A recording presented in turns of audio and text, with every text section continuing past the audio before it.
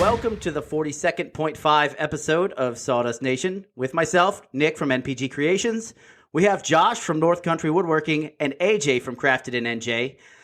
Yep. We also have a special guest with us today, Jesse from Jesse 4 Woodworking, located in Delaware. Say hey, Jesse. Hey, everybody. Well, it's good to see you, Jesse. I'm glad you're here with us today. We finally got you on, and we're going to pick your brain a little bit. What do you guys think? Okay. Yeah, let's do it. Let's get to it. All right, so I came up with a list of questions that I probably already know the answer to since I've known Jesse for a long time now, but I would love you guys to hear the answers. So my first question is, Jesse, how did you get started woodworking? So I guess the answer is boredom, honestly. About a year and a half ago when the entire country was closed down, I decided I needed a coffee table. I've been a long-time rough carpenter. Grew up, my dad taught me how to do everything. I've built decks and stuff and fences and cornhole boards with you, Nick. But I decided I needed a coffee table, and instead of buying one, I decided to build one. So I went to Lowe's and bought some poplar and oak and kind of figured it out as I went. My workbench was a piece of Formica on top of two rickety sawhorses. If it works. Somehow it did. I managed to make a relatively square, relatively straight coffee table that looks pretty good in my living room. It's still in there. That was about a year and a half ago, and making that coffee table, from that day on, I was hooked. It showed up in my Facebook memory. It was a year ago today. I bought my big table saw, my first major shop upgrade. But now I look at that coffee table and see all the things I did wrong, but it was the thing that got me started, and I've loved it since. So I still look at all the things I did wrong because I do stuff wrong every time. you guys take pictures of all your stuff? So like 6 months to a year down the road, you're like, man, I can't believe somebody paid money for that, I did that today. How long ago was that, Jesse? It was right about 16 months ago. It was like right at the beginning of the COVID pandemic lockdown, or like right when COVID was kicking off, I guess is when it was. But you had no prior experience or any tutelage, I guess you could say? Well, like I said, a lot of rough carpentry. My dad was one of those why pay a man to do something you can do for yourself kind of guys. So I think I was 10 years old when my mom came home and found me on the roof reshingling the garage with Dad. So, I grew up with, working with my hands all my life. So I've built half walls and, I remodeled my kitchen 3 years ago or something like that. Did some tile backsplash work and built a little half wall, installed some cabinets. But as far as, what I would consider to be woodworking, actually doing joinery and stuff like that, making things out of wood, that was probably the first thing I've ever actually built that was of any quality. Outstanding. I know I've checked out your Instagram plenty of times before, and I've seen a lot of good stuff, especially your furniture. You got a real gift for that. Making that poplar look like it's cherry or whatever else with the stains and the finishing. But so when you started during the COVID pandemic or whatnot, did you have any like influences to go off of, or did anybody like inspire you to start doing more things? Josh is shaking his head. Present company excluded. I would say the influence of making stuff with my hands, like I said earlier, has always been my dad. But man, Nick, I called you every day when I was getting started. But yeah, then a couple guys on Instagram, a couple guys that I started watching on YouTube. Big fan of Jonathan Katz-Moses. If you guys don't follow him, probably should be. Love that dude. John Malecki, this a builder in Pittsburgh. So, I'm from Western PA, so I automatically connected with that guy. But it just as soon as I got my hands on wood, I started absorbing as much as I could, I guess, through YouTube and Instagram. And I knew you were going to take that one. As soon as I said it, I knew it was bad. Nick really likes his hands all over wood, with random wood. So he likes the hardwood, though. Yeah, only the hard kind. Have you ever like reached out to any of those guys to talk to them via social media or whatnot? Or I haven't. I actually tagged Jonathan Katz-Moses because I bought one of his aprons and he commented on my Instagram post. So that was a little moment of starstruck for me. But no, I haven't actually reached out to any of those guys. Haven't any real conversations with any of them. How about you guys? Do you guys ever reach out to like the big names and if they respond, you get all giddy? Yeah, of course, every day. In the beginning, definitely. I know. Wait, who are I you? get giddy every time I see Nick and Josh message me saying like, "Hey, what's going on?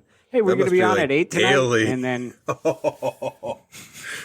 "Hey, 8 o'clock recording." So I guess we'll set it up. funny backstory. I called Josh and he asked me if I forgot. I'm like, no, man, we're already here. I'm like, why are you calling me? You're not yelling at me. He's like, oh, Were it's you dreaming Thursday, that isn't you it?" were? Were you No, dreaming man. that you were on it? So, for everyone that doesn't know, we're doing a new platform tonight and set everything up. It's a scheduled time. And Nick calls me, and I wake up, and I'm in my son's bed because I put him down to, sleep. And he's like, hey, you recording today, are we? And I'm like, yeah, what day is it? Oh, it's Thursday. Yeah. Then I asked him if he was there. Yeah, man. Oh, man. Hey, so what kind of things are your favorite to make there, Jesse? I think I already said we talked about it, but any furniture really. I love building furniture. I especially like furniture with drawers because drawers are hard to build. Square boxes that slide easily and rails are difficult to build. And for some reason, I like things that are hard. So does Nick. I paused for the laugh, Nick. I like things that are difficult to do. So I really do like building furniture. That's my favorite thing to do. Good stuff, You talk to man. any non-woodworker and they're like, oh, yeah, you guys build boxes and, bigger boxes, the small boxes that go in each. And then you look at them and you're like, you have no idea, do you? Yeah. Building a box is one of the hardest things to do in woodworking. 100%. And I mean, that's what it's all about. Like the whole thing is building square boxes. If you can build a square box, you can probably do anything in woodworking, but building a square box is not easy to do. No, absolutely not. Oh, man. What about anything you hate? 'Cause I know there's some things that I try to like run from, but This one took some time, and I gotta say, end grain cutting boards, they are insanely popular, and I hate every one I make. They're hard on tools. They're miserable to sand. I hate end grain cutting boards. so I mean, it's a good way to use up scrap, but and they're so time consuming. You have to do all the glue ups. It's like 4 glue ups for one cutting board. Yeah. You won't have any issues sanding it if you use some Orca abrasives. I did actually order some Orca abrasives with that promo code, and Totalboat actually. I got a really good discount from Totalboat last week. Nice. Shameless plug. So you run a CNC though, correct? Is that yes, I do. That's what I understand. I think Yeah. we're all 4 of us are CNC I bought it off of gurus. you, so yeah. Oh yeah, that's right. Yeah, I was about to say, didn't you help him set that up? But he helped you set yours up too. Actually, I think he set it up. Hey, The whole thing. Don't be hating. I think he's secretly running it from Texas. Yeah, he's doing a So good job too. Inventables employs me to like basically build all your machines. So, no, that's false. I don't work for Inventables. Somebody Nor am gets I a sponsored new by them. somebody gets a new CNC. They give him Nick's number, and then they fly him out to their location. Well, if Inventables is The listening laughs. and you need to sponsor somebody, hit me up at npgcreationshop@gmail.com. But on another note, what are your favorite joints there? So I Besides thought the about ones this you one for a roll while. there, brother. Not yet, man. I think this is a 2-parter. I like dovetails. Dovetail joints are probably my favorite to look at. They are becoming my favorite to do, but I've been practicing them for 4 or 5 months now, and I don't feel confident enough to put them in anything I'm selling yet, because I have trouble getting them perfectly tight and looking really, really good. So they're my favorite joints to look at. But the joint that I use most commonly for things that I actually sell are box joints, because I can make a jig on the table saw in 10 minutes to do whatever size box joint I want for the material I'm using. And to most people who aren't savvy with woodworking, it looks just like a dovetail. So I use box joints most. Yeah, do you ever use like 2 different species with the box joint, so you have like the contrast effect going on there? I did it with walnut and cherry. I love walnut and cherry. I'll put those 2 together every day of the week. But I did do box joints with walnut and cherry, and it was gorgeous. So, and you put those in your drawers, but do you build any like exterior like shadow boxes or anything like that, or with those? Yeah, that walnut and cherry was actually a humidor that I lined with thin strips of cedar, Nice. and then put a solid walnut, curly walnut top on it. And that's why I did the box joints with the cherry, and it's gorgeous. The front and back were walnut, both sides were cherry, and then the top was a curly, like crotch grain walnut. Ooh, Yeah. got that figure to it. Yeah, it's beautiful. What about your favorite tools, man? I know we all have ours, and we've discussed ours on the podcast before, but we all want to know what's in your shop. My favorite tool has to be the CNC. Since I got that, it's just opened so many doors. I can do so much more with that thing than I could do before, and I learn every day. I learn something on it. I've added a riser and stiffener kit to it. I ordered the Z-axis upgrade so I can do even more with it. If I didn't have a CNC, though, hands down, it would be my table saw. I think I could run this whole shop with only my table saw. I think it's that versatile of a tool. Really? And what kind of table saw do you have, if you don't mind? I have the Delta. It's the big Delta 10-inch. You guys are so good with model numbers. I don't know the model number. Nick, I believe it was the same right? exact one. Yep, there you go. The same one you had before you bought your saw stop. Or probably still have. I still have. Still has. Yeah, you have the saw stop Waiting. banner. Still, yeah, I've got the banner going on, but I don't have the saw He's yet. official. So, I don't know if you guys ever looked into buying a banner before, but like for a banner that size, it's expensive. It's okay, man. Have you guys looked into buying banners for like No, your shop for absolutely you? No? Man, I would looked at hope Vistaprint with what today. I saw couldn't stop believe it. saws cost, they would come with a banner. Yeah, I know, right? You should Yeah, get a someone put banner, it a together. hat, a shirt. You get some, yeah. So, Jesse, of all the projects you've done this far, you said you're basically 16 months in. What is your favorite project thus far? I mean, you've seemed like you branched out a little bit here and there. You're using the CNC now. So if you rolled it all together, had a lineup, which one would you pick? Can I have two? So my favorite piece of you can have furniture is the kitchen island that I built. It's on my Instagram page. I think that thing is beautiful. I did a really cool finishing technique with the stain. It was a 3-stage stain that I stained it and then sanded it and stained it and sanded it. And the top of that thing is still like glass. It's almost a year old. That was my favorite piece of furniture, hands down, I think. And then also on my Instagram page, there's a walnut and cherry coin rack flag that I made for one of the senior master sergeants that I work for. It was a going away gift for her. I loved that thing. It was beautiful from every angle. My understanding is it still is. It's hanging on the wall in her office. That's Nice. non-furniture. That's my favorite thing that I've made. You ever have like seller's remorse? Like you build something, then you're like, man, that's awesome. And then you sell it and you're like, I shouldn't have sold that. So I gave that flag coin rack away because it was a going away present and it was for my boss. I ate the cost of that one as just a going away present for her. And when I finished it, when I sprayed the clear on it, it was hard to take that thing to the truck. I wanted to take it inside and hang it on a French cleat.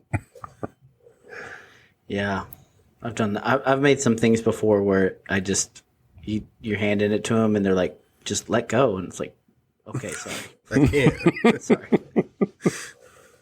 Have you ever had to deal with any of those customers that are difficult? I have been pretty lucky. I have mostly 99% of my customers are either military, police, or firemen. So I've been really lucky with my customers thus far. I did have one. I had to think about this one for a while. I did have one that was a bit difficult. It was a desk that I honestly didn't want to bid in the first place. I didn't want to build it. I bid it at a price that I didn't think she would take, and she did. So I made it. The customer changed her mind roughly 5 times about the color of the top, and the 4th time was after I had already stained it. Yep. So Josh and knows a little the bit about shape that. changed A twice. little bit. The size changed. We wanted 2 drawers, then we wanted 1 drawer. We wanted a hole in the top for wires, then we didn't want a hole. It was just it took 3.5 weeks to build a desk that should have taken me 4 days.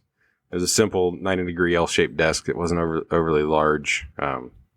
Just a lot of mind changing and waffling, and even bidding it at a price I didn't think that she would take. I still feel like I undercharged her by the time I was done with it. But fortunately, that's only happened to me once. And I think the answer for me, at least, was just keep kind of smiling through it. I think by the time I was done with that, I probably made $50 on that desk, which is ridiculous because it took me 3 weeks to build.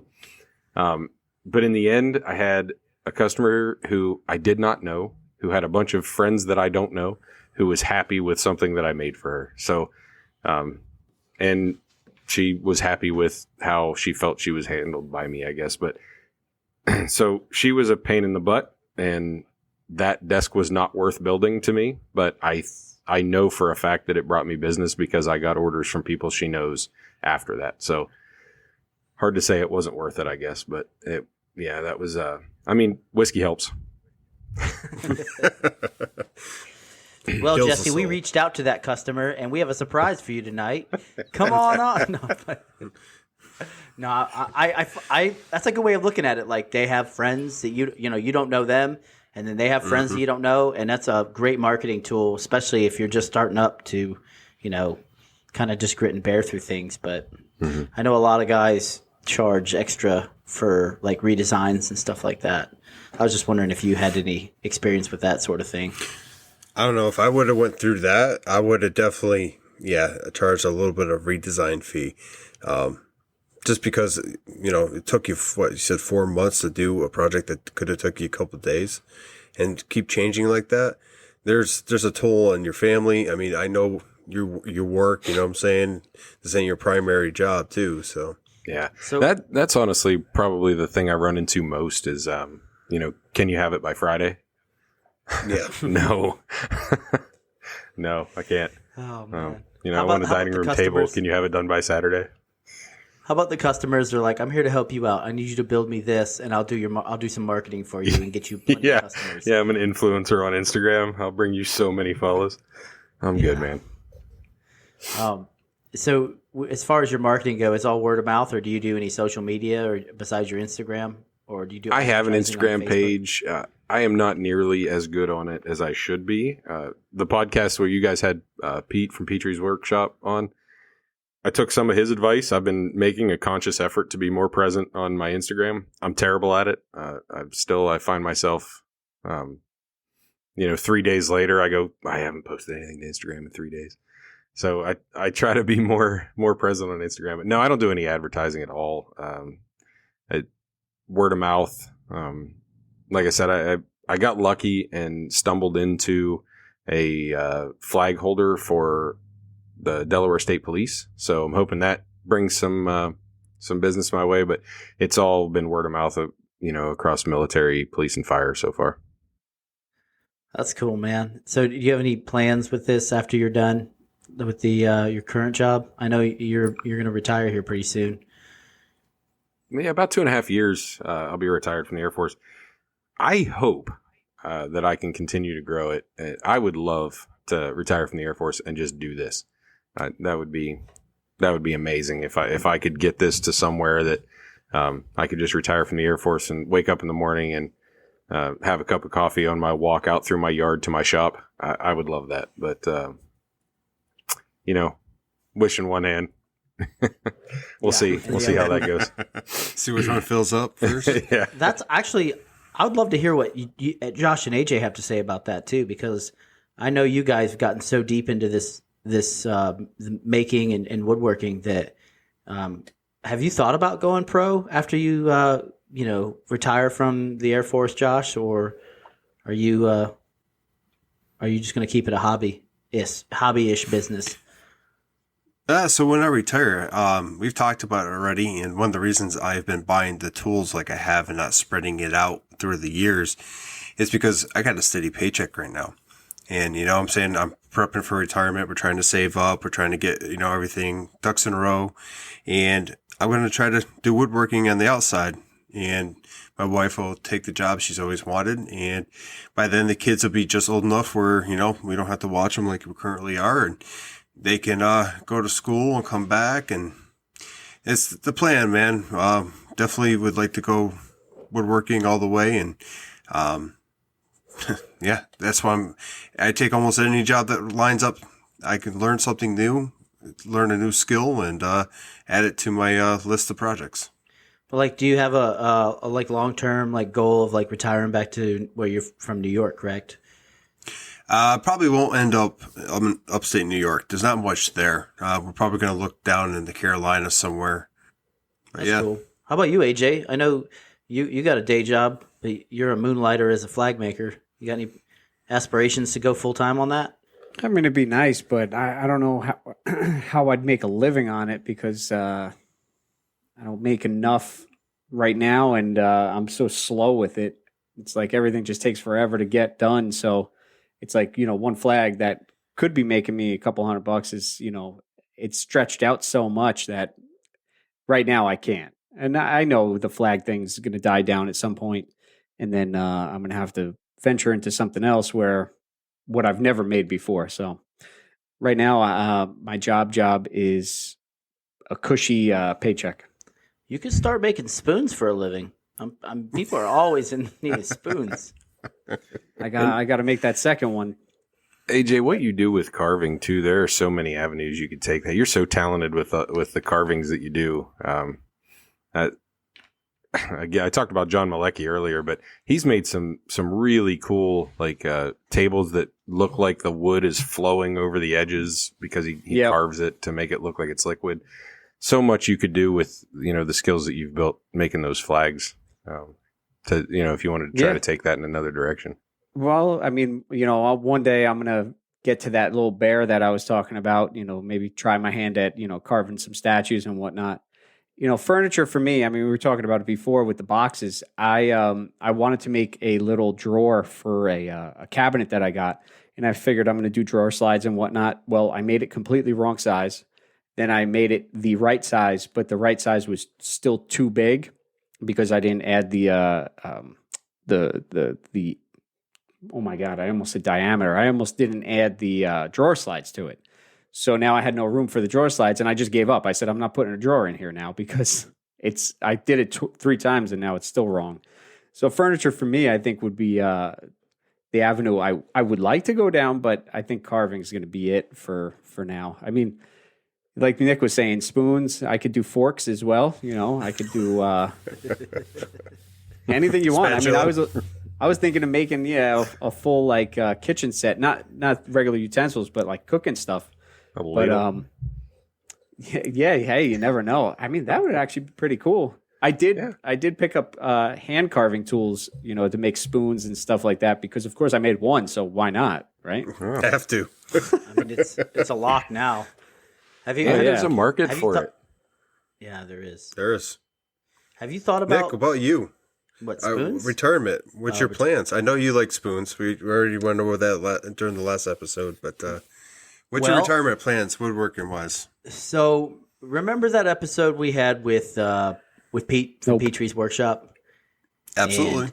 And we talked a lot. And then even after the podcast was over, we sat and we talked for a couple hours. And we talked about business and all that other whatnot. Well, I finally took a page out of old Pete's book. And today I submitted my paperwork and the fees for my LLC. So I should be with, fingers crossed that the gods of Texas smile on me and I get everything back in a week or so saying I'm good to go. Nice. And once that happens, man, I'm going to keep it obviously part-time for right now because I'm working for the Air Force. But once I retire, I'm going full force. That's Gonna good. go full on, man. That's awesome. So that's my I have a full business plan, but I'm not going to bore you with the deets. But I would love to eventually venture into greenwood carving, like making spoons and stuff like that. Just because I think it's something different, and I wouldn't sell them. It would just be for me, but I would just like to do that as like a to kind of get away from the stress of being with orders piling up and all that, Mm-hmm. be for fun. Well, I mean, you get caught up in one particular thing, like you're doing. AJ, right now, you have a lot of flags you're catching up on. I know you want to do other stuff, you know what I'm saying? And like a lot lately for me, there's a lot of going away gifts. Nick, you're doing a lot of CNC stuff with addition with other stuff. And Jesse, you're doing a lot of furniture. And what it comes down to is you get so caught up in doing these things because it's what customers want. That's what you're getting paid to do.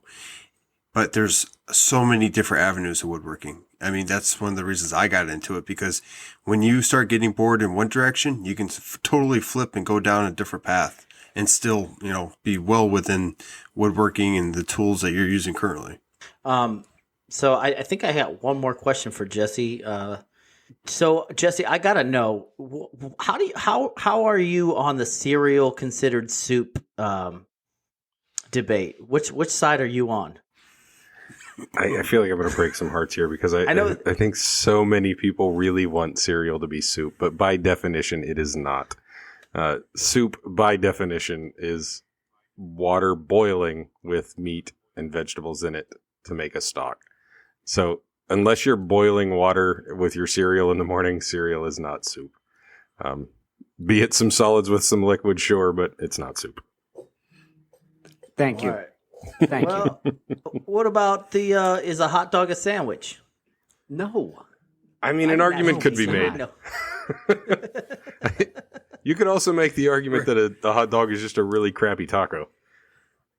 It's true. True. Yeah. But yeah. No, I don't think a hot dog's a sandwich. No. And we need to know, because I know Nick is going to really love this, but if you have a fish and it's in water, is it wet, or is it only wet when you take it out of the water? No, so it is wet, and also water is wet. I listened to the podcast. So again, by definition, wet means that it's immersed or soaked in water or another liquid. So anything that's surrounded by water is wet. So every single H2O molecule is surrounded by water. So water itself is wet, and so is the fish. That was some research. Let's put it that way. I mean, we just gave like our answers. Nick over there was like, he was stewing like cereal. And I'm glad we hit these hard-hitting questions. everybody wanted to know, trust me. That was a tough one. Yeah. So if you're listening and you haven't noticed, Jesse came prepared. I sent him the list of questions beforehand, so he did an excellent job here today. I'd love that. That's awesome, man. No. Outstanding. Outstanding job. Amazing. Outstanding. Terrific. Yes. So if I want to say to our listeners, if you catch this half episode and you love the quickness of this without us getting into the full on podcast, just shoot us an email and we can do more half episodes, more interviews, whatever you want. Just send us a quick email or an Instagram message and let us know what you think. And does anybody else have anything? And when they send that email, I would like a quirky question to be added for our guest at that half episode. So come up with the most ridiculous question ever. That's family friendly. That's family friendly. That's family friendly. You have to. It can have a Or at little least so we can kind of skirt around the family thing, as long as you know how it goes. If you listen, you know. Well, Jesse, I want to thank you for coming on tonight. It's been a real pleasure. I know we've been trying to get you on for a while, and I know the rest of the guys here are excited that you're here as well. So, yeah, thanks so much for having me, guys. It was a pleasure as always, and every week I enjoy listening to the podcast. Please keep doing what you're doing. I'm sure there's a bunch of us that really enjoy it. Oh, that means a lot. Thank you. It does. Thank you. all right, closing And with remarks. that, let's do outros. Yeah, All right, Jesse, go for it. Jesse. Yeah, well, the one thing I didn't prepare for. I would say if you're just new getting into this, I've only been doing this for a little bit over a year. Do things that you don't think you can do. Try it with cheap materials and figure it out as you're going. Reach out to people on Facebook and Instagram. You will find 99.9% of those people are very open with information. So reach out. It's a really cool community. I love the maker community. I'm really proud to be a part of it. And again, thanks for having me on, guys. Thank you for coming on. Yeah, man. And if you're listening to this on Apple Podcasts, leave us a 5-star review. And if you don't, you know why. Josh's cat is watching. She's watching you. If you want to reach us, you can reach myself over at Crafted and NJ, Nick over at NPG Creations, and Josh over at North Country Woodworking. And if you are not following Jesse, go follow Jesse at Jesse4Woodworks on Instagram. If you want to get your question submitted, send it to sawdustnationpodcast@gmail.com, or you could send it to the Instagram, Sawdust Nation Podcast on Instagram. And at this moment in time, I'm going to throw it over to the lovely Nick for sponsors. Well, I'm going to hit them real quick. We want to give a huge thank you to Totalboat. Great big old hug and kiss to Orca Abrasives. And a great huge shout out to Jtechphotonics for sponsoring us. And with that being said, oh yeah, got to have the laser sound. With that being said, take care of yourselves and each other. Until next time, I'm out. And go make some sawdust, and Sawdust Nation is out. You can't go in with it. You got to go Sawdust Nation out.